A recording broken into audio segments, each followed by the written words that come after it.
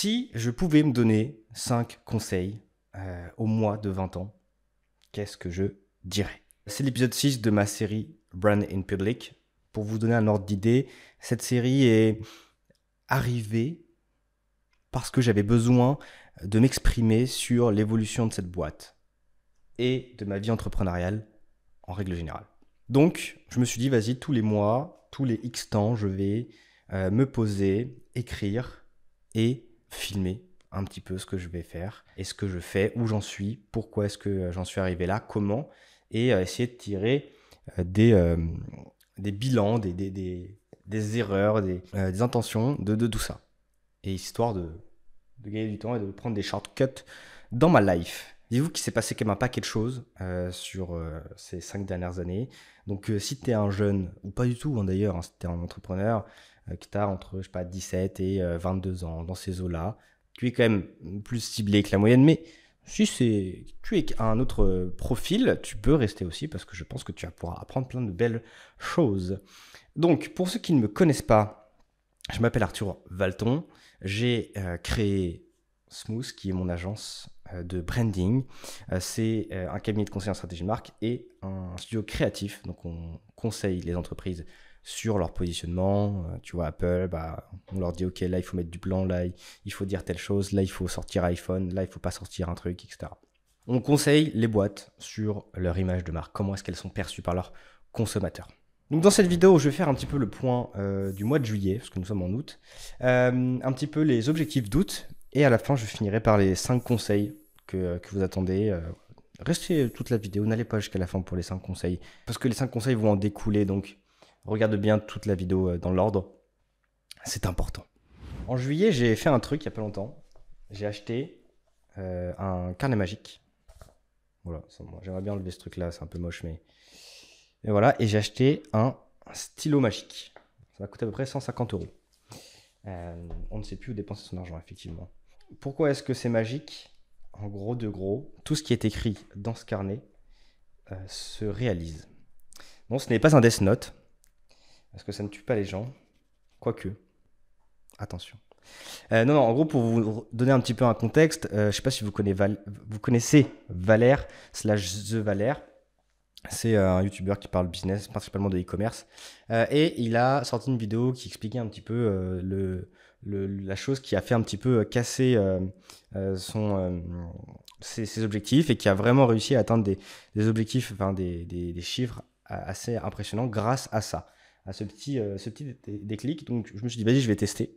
Donc le concept, c'est simple, c'est tu achètes un carnet et tu t'engages sur l'honneur, sur toi-même, avec toi-même, à respecter tout ce qui est écrit dans ce livre. Tu mets les règles au début, tu dis ok, bon, dans ce bouquin, il va y avoir X règles et je m'engage à respecter toutes les règles qu'il y a dans ce bouquin.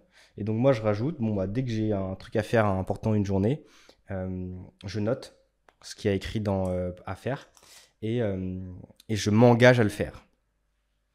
Et je mets une contrepartie, c'est-à-dire que si je rate, je vais faire un truc de fou du genre, je sais pas moi, là par exemple, j'ai mis aujourd'hui, je m'engage à rédiger, faire les recherches, tourner la vidéo Brand in Public, épisode 6. Si je le fais pas, je vais dans la rue, je donne 2000 balles à un inconnu. Et donc, tu vois, alors j'ai copié le truc bêtement, et je trouve que c'est plutôt pas mal, parce que je peux dire que t'as pas envie de donner 20 000 balles à un inconnu dans la rue. Et voilà, donc ça te force à travailler ton autodiscipline, et c'est super important, parce que on a toujours besoin d'autodiscipline, on a toujours besoin d'être plus productif, on a toujours besoin d'être meilleur envers soi-même parce que la vie est un éternel combat contre soi-même. Donc, ce bouquin est un parfait outil, un parfait exercice pour se battre. Et puis en plus, si tu achètes du bon matériel comme ce magnifique petit crayon à billes, j'ai jamais vu un crayon Bic qui fonctionnait aussi bien. En même temps, vu le prix que je l'ai payé, il y a intérêt. Ce mois-ci, au mois de juillet, on a décidé avec mon associé de se prendre 10 jours dans une maison à la campagne. C'est la maison de mes parents. Ils ne sont pas là, ils étaient en voyage. Et donc, je me suis dit, vas-y, on va piquer leur baraque, qui est une grande baraque. Et on va mettre la table à manger, là. On va mettre des écrans dessus et on va se poser, on va bosser dessus 24/24, en mode tryhard, pour bien travailler pendant 10 jours. Et figurez-vous que ça a vachement bien fonctionné. Ça a bien fonctionné. On a été vachement productifs. C'est-à-dire qu'on se réveillait en même temps, à peu près, on se couchait en même temps. On travaillait toute la journée. Réveil, machin le matin, bam bam, travail, boum. On mangeait ensemble. Mon associé, il cuisine très très bien. Du coup, on se régalait le midi et le soir. Petit resto de temps en temps. On accueillait des membres de l'équipe aussi s'ils pouvaient passer. Bref, c'était une très belle semaine. C'est 10 jours. Très productif. On va réitérer très vite. Malheureusement, la maison de mes parents n'est plus disponible. Donc, je pense qu'on va aller louer des petites baraques dans la campagne bretonne, au soleil et tout. On attend que la canicule passe parce que travailler sous canicule, c'est compliqué. Dites-vous que j'ai dû retourner toute la vidéo parce que mon téléphone avec lequel je filme cette vidéo s'est dit « Ah non, il fait trop chaud, j'arrête de fonctionner. » Alors je le touche, non c'est bon, ah si il est bouillant. Sinon, sujet dans l'agence, super intéressant, on a fini de mettre en place les process pour la partie délivrabilité de l'offre. Enfin, c'est-à-dire qu'on a un Asana, donc un outil de productivité qui vient lister toutes les tâches une par une et qui vient mettre les bonnes personnes au bon moment avec les temps, etc. Genre, c'est un peu une machine à gaz, mais en vrai, c'est vachement pratique. Personne n'en parle, j'en entends pas parler. C'est tellement game changer, c'est-à-dire que tu t'arrives, tu lances un nouveau client et tout le process est déjà écrit. Et tu as juste à appuyer sur un bouton, mettre quelques petits raccourcis et petites tâches en place et boum, le projet est clair, deadline, roadmap, bam, bam, bam, tout est efficace. Donc c'est trop bien. On est passé sur Slack aussi, avant d'être sur WhatsApp, c'est un peu le bordel. On est passé sur Slack, c'est beaucoup plus pratique. On n'invite pas les clients pour l'instant, mais peut-être qu'on le fera.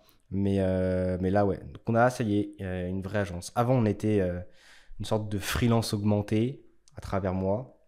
Maintenant, on est une vraie agence. C'est-à-dire que je ne fais presque plus rien sur la partie créative. C'est vraiment délégué. C'est-à-dire que j'ai mon associé qui manage les gars. Donc, j'ai même pas besoin de manager en fait. Donc, ça, c'est vraiment bien. Donc, délégué, c'est carré. On a accompagné le changement aussi dans l'équipe. C'est-à-dire qu'on a recruté des gens. Au début, c'était sur WhatsApp. Il y avait des process un peu chaotiques, etc. Là, on est en train de les former à l'outil pour bien qu'ils l'utilisent. Pareil, ça prend beaucoup d'énergie. C'est impressionnant, mais c'est super intéressant. Pour ça, mon associé il est assez présent, donc c'est top. Donc toute la partie délivrabilité de l'offre, elle est validée. Elle est validée et ça fait vraiment du bien parce que j'ai pu à gérer ça. Maintenant, prochaine étape, pour le mois d'août, on va s'occuper de la partie closing, de la partie commerciale, process, etc. Là, on est en train de mettre en place des apporteurs d'affaires, trier sur le volet avec vraiment des bons profils. C'est marrant parce qu'il y a 6 mois, quand mon nouvel associé est entré chez Smooth, il m'a dit « Ouais Arthur, dans 6 mois, ça va me prendre à peu près 6 mois de tout bien comprendre et de mettre les mains dans le truc et pouvoir attaquer. » Moi, je lui ai dit « Non, t'inquiète, ça va aller plus vite. Je vais t'expliquer et tout, on va se prendre un temps et tout. » J'ai cru qu'avec un call, 2-3 calls de 2 heures, ça allait suffire. Bah écoute, ça fait 5 mois, et là, on commence à voir la fin. Donc en soi, il avait vachement raison. Comme quoi, il faut écouter son associé quand il a plus d'expérience que vous. Et l'écouter plus. Bon, on a pu un mois de juillet simple, début juillet, je sais pas pourquoi, mais il y a plein de clients qui ont décidé de faire un lancement. Lucide. Voilà, le focus sur la magnifique boisson. Lucide. Ah! Allez hop, magnifique focus. Si vous voulez écouter cette vidéo, prenez un Lucide avec. C'est très bien pour travailler. Je vais essayer de demander un code promo à Lucas. Si j'ai un code promo, je vous l'affiche juste ici. Si j'ai pas de code promo, bah écoute, mon monteur mettra autre chose à la place. Tu peux t'amuser. Et je vous le mettrai dans tous les cas, le lien de la description, c'est drinklucide.fr. Vous pouvez acheter vos canettes, c'est vraiment délicieux. On les a accompagnés dans la brand. Je n'ai pas de part, d'accord? Je vais demander un code promo quand même. Donc ouais, il y a eu plein de lancements. YouBuddy aussi, un de nos clients qui font du paddle. Bref, il y a eu plein de lancements. C'était un petit peu le bazar. Dites-vous que là, aujourd'hui, nous avons 17 clients en cours. Donc c'est avec une équipe d'une dizaine de freelances. Il faut gérer tout ça, il faut manager tout ça, et même à 2, déjà tout seul c'est compliqué, à 2 ça l'est aussi. Donc il faut gérer tout ça. Il faut gérer tout ça. Là, dites-vous qu'on rentre dans une phase où en fait l'agence était un petit peu... j'étais plutôt dans le monde du freelance que dans le monde des agences. Et donc du coup j'étais un petit peu, on va dire, du freelance high ticket. J'aime pas trop utiliser ce terme parce que j'aime pas comment il est connoté, mais bref, j'étais un petit peu un freelance cher sur le marché. Et là on passe de l'autre côté dans le marché des agences. Et donc là du coup on est l'agence la moins chère du marché. par rapport à ce qu'on propose. En termes de rapport qualité-prix, hein, je parle. Il y a des agences qui facturent beaucoup moins, mais j'appelle pas ça des agences, j'appelle ça des freelances qui se sont mariés, qui ont fait et qui ont monté une SAS, pardon. Mais c'est pas des process d'agence, c'est pas des résultats d'agence, etc. Voilà pour ça. Et du coup, c'est marrant parce qu'on se retrouve, du coup, on retrouve des prospects un peu chiants que j'avais quand j'étais freelance et que je facturais des logos vraiment pas chers. C'est pas grave, on va monter les prix, on va grandir et ça va être génial. On a eu aussi des clients pas contents. Je sais pas pourquoi, on a eu 2-3 clients qui sont décidés de se mettre en même temps pas contents. Alors que, factuellement, il n'y a pas de problème. Vraiment, il n'y a pas de problème. Chez Smooth, on fait des retours illimités en termes de création visuelle, de conseils, etc.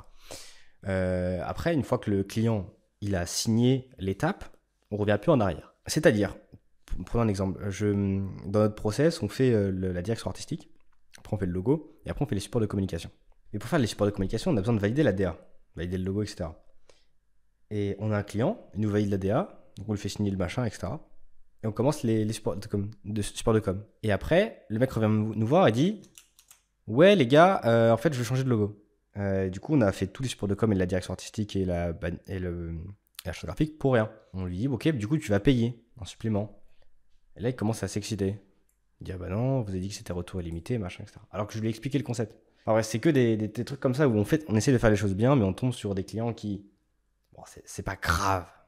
C'est pas grave, mais qui foutent des coups de pression, qui envoient des lettres d'avocat, enfin, c'est pas des lettres d'avocat, mais qui envoient des mails d'avocat pour faire peur. Et c'est pas cool. Et du coup, on doit gérer, ça fait de la pression, etc. Et des fois, du coup, ça empiète sur les autres clients. Du coup, au final, on délivre moins bien. Et c'est complicado. Mon associé, il gère très bien les conflits. L'objectif dans ce genre de situation, c'est de se dire, client pas content égale, c'est pas grave, on va mettre tout en place pour le rendre content et pas lui dire d'aller envoyer se faire voir. D'ailleurs, dites-moi en commentaire ce que vous auriez fait à ma place quand tu as un client qui, un petit peu pour rien, s'énerve et te menace, etc. Nous, on a choisi d'être gentil, de prendre sur nous, de prendre notre ego, de laisser dans la boîte au fond de la salle derrière et d'ignorer un petit peu les remarques désobligeantes et de continuer à avancer. Au final, les clients sont très contents.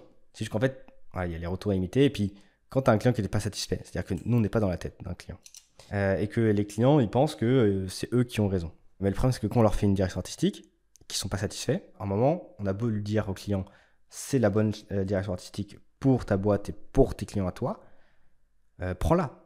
Mais si le mec, il n'aime pas, tu ne peux pas le forcer à aimer. Même si, pour l'anecdote, le fondateur de Nike n'aimait pas le logo. Et pour moi, même si le client n'aime pas ton logo, il devrait choisir le logo fait par le designer, parce que le designer connaît mieux le métier que le client. Soit en passant, si le client dit non, il ne veut pas utiliser, on ne peut pas le forcer à utiliser notre travail. Du coup, on est obligé de refaire des logos jusqu'à qu'ils soient satisfaits. Et refaire des logos, c'est refaire des concepts, des directions artistiques, et donc prendre du temps qu'on n'avait pas de base. C'est-à-dire que du coup, on prend du retard. Forcément, quand tu prends du retard parce que le client est très exigeant, le client râle parce qu'on est en retard. Et il ne veut pas comprendre que c'est normal. Enfin bref, du coup, c'est toujours compliqué à gérer ce genre de situation, mais on en tire souvent on finit par en rire, même si sur le moment, ça fait pas trop rire. Alors les objectifs, j'en ai un petit peu parlé. Les objectifs pour la suite. Ce qu'on veut, c'est être plus focus. J'ai lu un bouquin, ça s'appelle The One Thing. Aller à l'essentiel, en gros. Comment il s'appelle, Gary Keller et Jay Papasan. En gros, j'ai vraiment pas lu beaucoup. Hein. J'ai lu un cinquième du bouquin parce que je prends beaucoup de temps à lire. En tant que dyslexique, c'est toujours long de lire un livre. Le mec parle de la loi de Pareto, le 20-80. Si tu veux découvrir plus de data là-dessus, tu vas lire le bouquin, il est vachement bien et j'en reparlerai dans mes 5 conseils. Mais en gros, je suis en train de lire ce bouquin et ça me motive à cut des choses. Du coup, on va cut des trucs. On va cut le projet média qu'on voulait lancer à la rentrée. Je vais cut le SaaS LinkedIn que je voulais lancer en interne chez Smooth. Je vais cut Smooth Event. Je vais cut Smooth Club et d'autres projets stylés que je voulais lancer. Et je me concentre sur mon agence. À côté, les autres projets, donc mes SaaS, c'est, on va dire, c'est moins prioritaire. Même si je vais être là, vu que je suis minoritaire, Il n'y a pas beaucoup de temps et en soi, je peux le faire sur mon temps libre, entre guillemets. Bref, on connaît le temps libre des entrepreneurs. Mon temps libre, c'est je vois ma famille. Donc, je vois ma famille et puis c'est une fois que j'ai fait ça, je peux faire autre chose. J'ai fait une super map en mode un petit peu quels sont les objectifs, les futurs objectifs là pour la rentrée, etc. Faut qu'on brainstorm encore avec mon associé pour savoir un petit peu quelles sont les prochaines étapes. Mais c'est sympa. En fait, je vais vraiment me refocus sur plein de choses et notamment sur ma création de contenu. Parce que j'ai toujours fait plein de contenus genre YouTube, LinkedIn, podcast, contenu short, etc. Mais le problème, c'est que j'ai toujours fait du contenu, mais jamais à 100% de ce que je pouvais le faire, à part LinkedIn. Et bah, la preuve, LinkedIn, je suis bientôt 19 000 abonnés, donc je sais que je peux y arriver. Donc, je me suis fait une petite roadmap là, avec des objectifs, un petit peu comme en mode jeu vidéo. Tu vois, je vais passer ma création de contenu en mode jeu vidéo. C'est-à-dire que je peux pas aller atteindre, je vais mettre le schéma là à l'écran, je peux pas atteindre le palier suivant tant que j'ai pas atteint l'objectif du palier d'en dessous.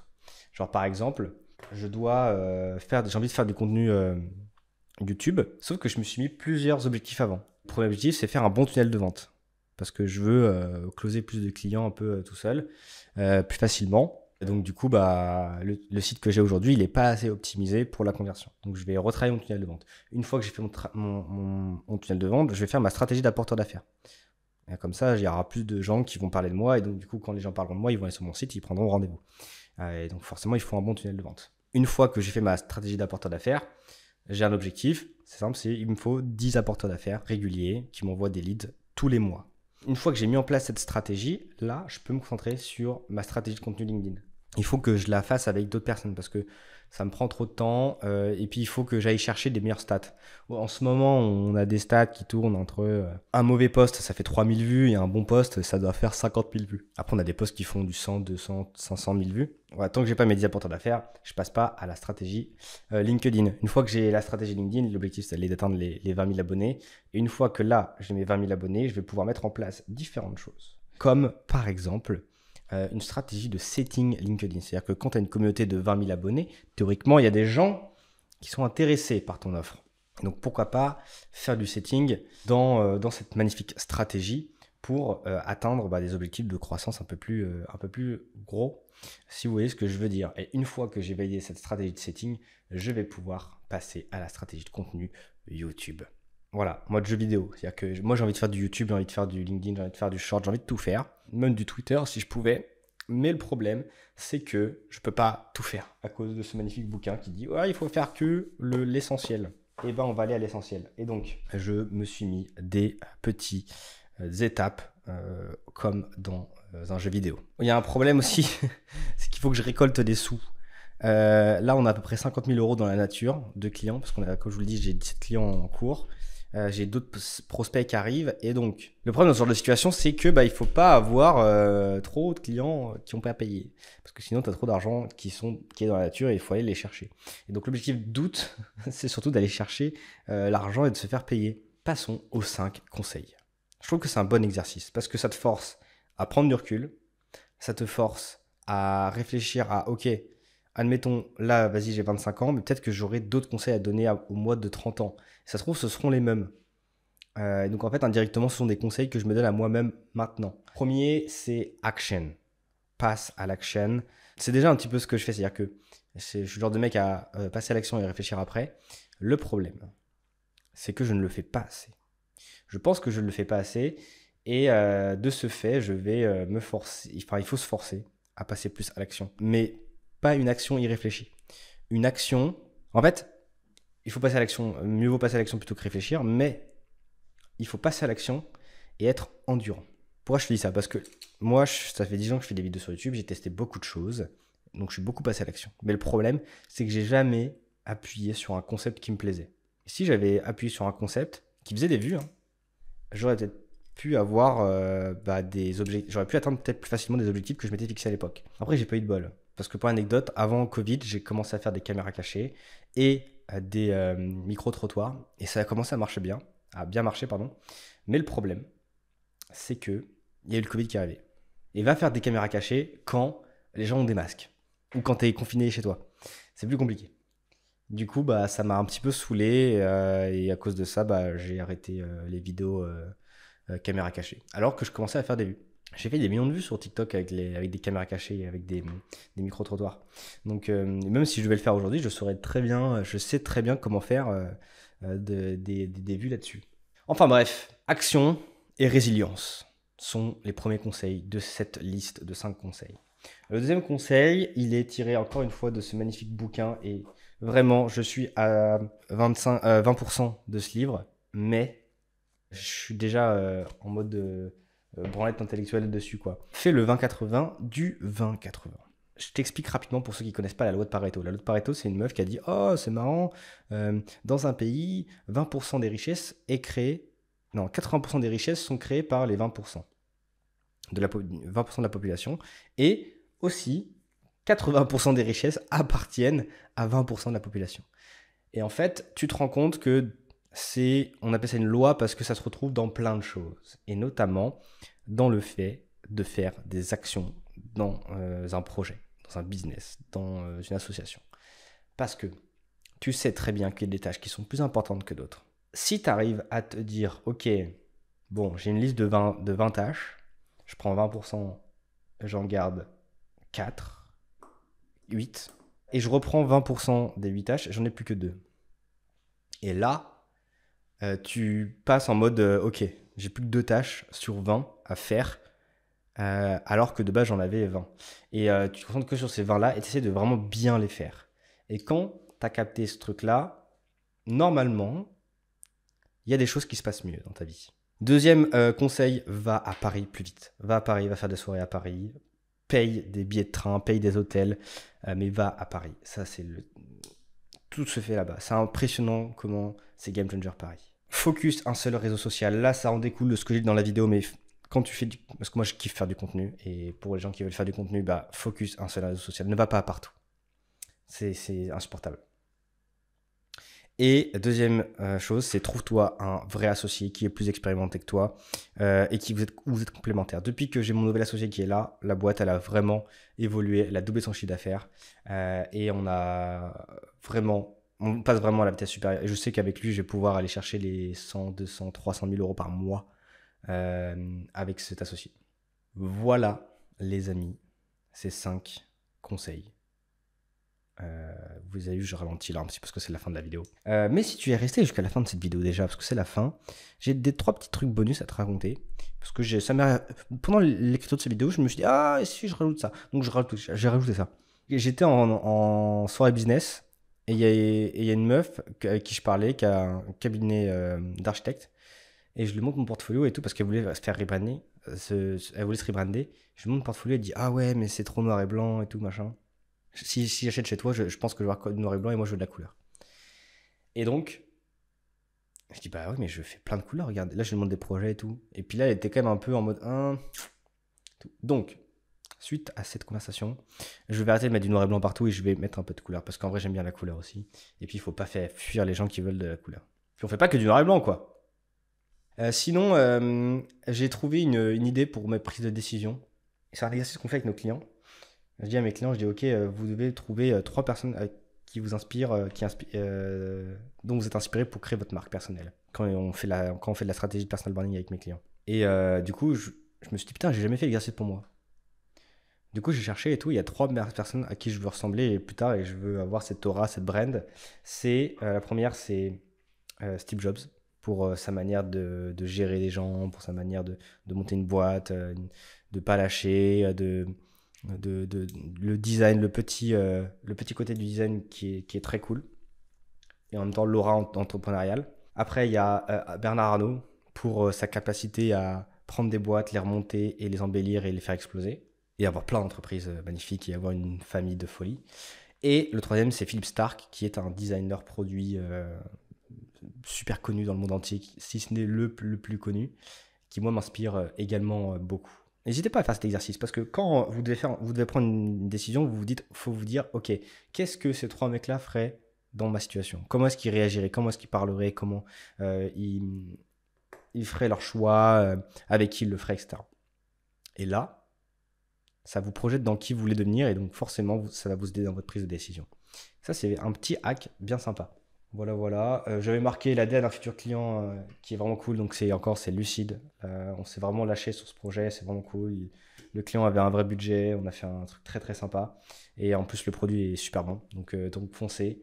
Nouveau lien affilié là, s'il y en a pas, le monteur a fait de la folie.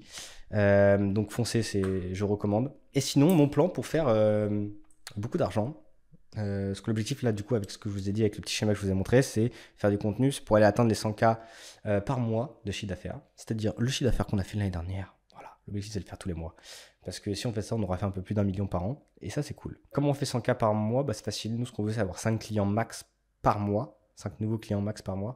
Et bah, c'est simple, il suffit de vendre 20 000 euros l'offre. Sachant que notre offre aujourd'hui, elle est à 10 et que la boîte, elle a même pas 2 ans. Donc je pense que dans 2-3 ans, l'offre elle sera facilement 2 fois plus chère. Et donc si on est 2 fois plus cher, eh ben on va gagner 2 fois plus. Il suffit d'avoir juste 5 clients par mois. Donc c'est facile. Et avoir 5 clients par mois quand tu fais de l'apport d'affaires, quand tu fais des posts LinkedIn, quand tu fais des vidéos YouTube, quand tu fais du setting LinkedIn, quand tu fais des beaux use cases sur Behance et des sites de designers, c'est plus facile. J'espère que vous avez aimé cette vidéo. Je me permets de finir vite parce que la caméra que j'utilise n'a bientôt plus de batterie. Et ça chauffe. Quand ça chauffe, ça dépense la batterie. Donc j'espère que vous avez apprécié cette vidéo. Si vous êtes là jusqu'à la fin, n'hésitez pas à mettre un commentaire. Je ne sais pas n'importe quel commentaire, mais vous mettez un commentaire qui fait que je sais que vous êtes resté jusqu'à la fin. Voilà, je vous laisse carte blanche et cadeau les amis. C'était Arthur Valton. Et travaillez bien.